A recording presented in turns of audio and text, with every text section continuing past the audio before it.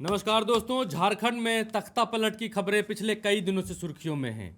BJP ने हेमंत सोरेन के पीछे जब से ईडी और सीबीआई को छोड़ा है, तब से ऐसा लग रहा है कि जैसे अब ना तो तब तख्ता पलट हो ही जाएगा, बस होने ही वाला है। वहीं दूसरी तरफ हेमंत सोरेन जो बीजेपी से हार मानने को तैयार नहीं है, शायद इसीलिए अब ऐसी खबरें निकल कर आ रही हैं कि हेमंत सोरेन बीजेपी के सामने झारखंड टाइगर नाम का एक दांव खेलने जा रहे हैं। क्या है ये दांव, आज की कहानी में जानेंगे और देखेंगे कि भारतीय जनता पार्टी और ईडी क्या हेमंत सोरेन को झुका पाएगी।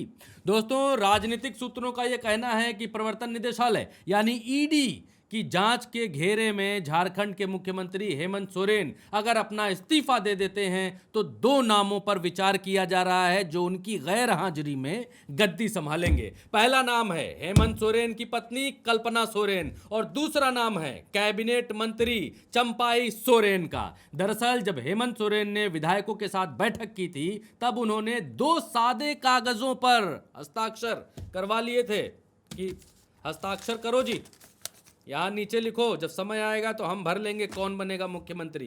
एक में अपनी जो उनकी पत्नी है कल्पना सोरेन उनके लिए और दूसरे में अपने कैबिनेट मंत्री चंपाई सोरेन के लिए दस्तखत ले लिए थे। वहीं जब ये नाम सामने आया तो लोग ये पूछने लग गए कि आखिर चंपाई सोरेन का नाम इन सब के बीच सुर्खियों में क्यों है। क्या उनकी पत्नी सीएम नहीं बन सकती हैं? क्या राबड़ी देवी की तरह क्या वो सत्ता नहीं संभाल सकती हैं? क्या तो क्यों एक कैबिनेट मंत्री के नाम को भी आगे ला रहे हैं हेमंत सोरेन और अपनी गैर हाजिरी में उनको सीएम बना सकते हैं? ऐसा क्यों हो रहा है? तो चलिए हम आपको अब आप विस्तार में बताते हैं।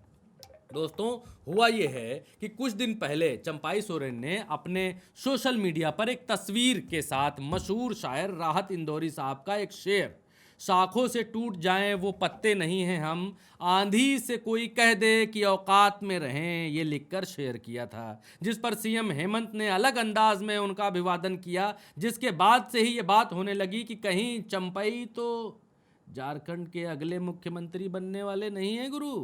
अब हो ये भी सकता है कि बीजेपी को मुंहतोड़ जवाब देने के लिए हेमंत सोरेन उन्हें मुख्यमंत्री बना दें, क्योंकि चंपाई सोरेन उनके कैबिनेट के वरिष्ठ मंत्री के साथ ही उनके पास जो है राजनीतिक अनुभव भी बहुत लंबा है, अच्छा खासा है। कैबिनेट मंत्री भी हैं हेमंत सोरेन में, हेमंत सोरेन की सरकार में। हेमंत सोरेन को उनके ऊपर भरोसा भी है। इसके अलावा अगर हम उनके राजनीतिक सफ़र की बात करें तो उनके जो पिताजी हैं चंपाई जी के, वो एक आदिवासी किसान थे और उनके 4 बच्चों में बड़े बेटे जो हैं वो चंपाई सोरेन हैं। चंपाई भी अपने पिता के साथ खेती में हाथ वाथ बटाया करते थे। 10वीं की क्लास तक उन्होंने सरकारी स्कूल से पढ़ाई लिखाई की। इस बीच उनका जो है विवाह भी हो गया, उम्र हुई तो विवाह हो गया और जो है उनकी विवाह कर दिया गया। शादी के बाद चंपाई जो है, चंपाई के 4 बेटे और 3 बेटियां हुई। इसी दौरान बिहार को झारखंड से अलग कर दिया गया। अलग करने की मांग उठाई, भाई आंदोलन चले तो अलग हो गए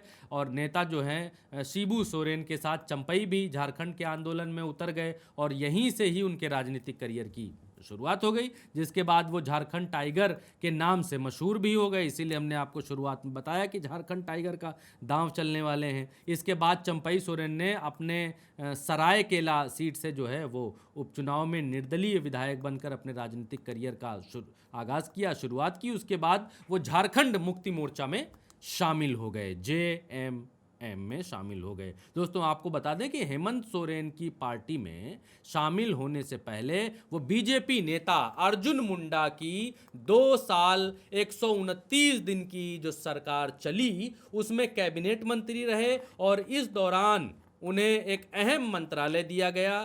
तब चंपाई 11 सितंबर 2010 से 18 जनवरी 2013 तक मंत्री रहे। इसके बाद वहां राष्ट्रपति शासन लग गया और फिर हेमंत सोरेन की अगुवाई में बनी झारखंड मुक्ति मोर्चा की सरकार में यानी JMM की सरकार में चंपाई सोरेन को खाद्य एवं नागरिक आपूर्ति परिवहन मंत्री बना दिया गया, जिसे अब राजनीतिक हथियार के तौर पर देखें तो चंपाई सोरेन बीजेपी के दांव को भली भांति पहचानते हैं। वो जिसकी वजह से उन्हें सीएम की कुर्सी सौंपने की तैयारी चल रही है। अगर यहीं पर सोरेन की जो पत्नी हैं, जो मुख्यमंत्री सोरेन हैं उनकी पत्नी हैं, उनका राजनीतिक अनुभव इनके मुकाबले कम है। इसके अलावा अगर राजनीतिक जानकारों की माने तो ये कहा जा रहा है कि अगर हेमंत सोरेन को गिरफ्तार किया जाता है तो राज्य में नई सरकार के गठन की कवायद शुरू होगी और उस समय झारखंड मुक्ति मोर्चा परिवार के सदस्यों में कल्पना सोरेन और चंपई सोरेन अहम भूमिका निभा रहे होंगे। इसीलिए किसी एक नाम पर आखिरी सहमति बनाकर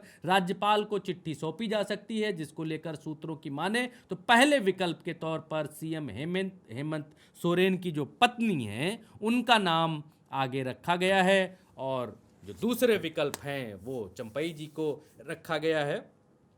अब हेमंत सोरेन ने देखिए किस तरीके से हेमंत सोरेन पर ईडी का शिकंजा कसता जा रहा है। ईडी के खिलाफ हेमंत सोरेन ने एससी एसटी की धाराओं में एफआईआर दर्ज करवा दी है और एक के बाद जिस तरीके से ईडी उनको घेरती जा रही है। हेमंत सोरेन को ये बात पक्की पता चल गई है कि 2024 के चुनाव से पहले उनको जेल में डाला जाएगा और इसीलिए वो पार्टी को मजबूत करने में लग गए हैं। सीएम पद की जो कुर्सी है उस पर मजबूत दावेदार ढूंढकर बिठाने की तैयारी कर रहे हैं और वो जब जेल जाएंगे तो जेल जाने के बाद भी झारखंड मुक्ति मोर्चा की सरकार शान से और आन बान से चल सके, इसका वो इंतजाम कर रहे हैं। तो कौन बनेगा अब झारखंड का अगला मुख्यमंत्री, हेमंत सोरेन की पत्नी या हेमंत सोरेन के दाएं हाथ? हम आपको बताते रहेंगे, चंपई सोरेन के बारे में जो भी खबरें आएंगी बताएंगे और उल्टा चश्मा यूसी पर सिर्फ और सिर्फ सच दिखाएंगे, सच के सिवा कुछ नहीं दिखाएंगे। जो गोदी मीडिया छुपाएगा वो आपका उल्टा चश्मा यूसी बताएगा। इसलिए चैनल को सब्सक्राइब करिए दोस्तों, सब्सक्राइब करेंगे सच के साथ आ जाएंगे तो सच को सामर्थ्य मिलेगा और सच 100 की रफ्तार से 100 पांव की रफ्तार से आगे भागेगा। तो सच का समर्थन कीजिए। नमस्कार दोस्तों।